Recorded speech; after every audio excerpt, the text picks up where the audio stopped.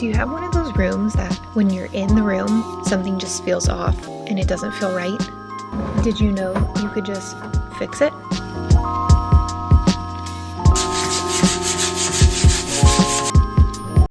Okay, I know what you might be thinking. This bathroom is nice. The wallpaper looks fun. The tile and fixtures are new. I don't see what the problem is. We renovated this bathroom a few years ago. Mostly everything in it is new, and the idea was that since it's such a small bathroom, it's so tiny, and it's the only bathroom in the house, was to make it feel like a powder bath with some bold design choices. But after living with this bathroom for a few years, I've noticed that despite the fun wallpaper, it's very cold and uninviting. The shower tile takes up most of the bathroom, and it's a very cool tone that appears blue in some lighting. The vanity color, it's never felt right, but I think we can warm it up with just a few quick fixes.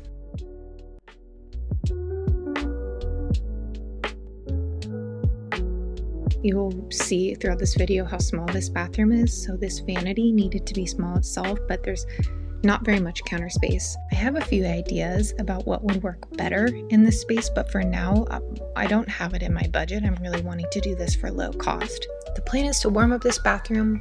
We're just going to use paint, new towels, get a shower curtain. My hope is that you'll be able to see how you can change a room that you don't like with just a few small changes.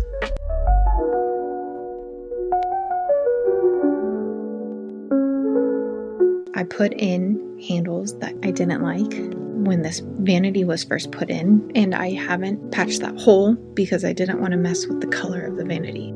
If your wood filler gets dried out, you can add a little bit of water. It makes it a little bit more malleable.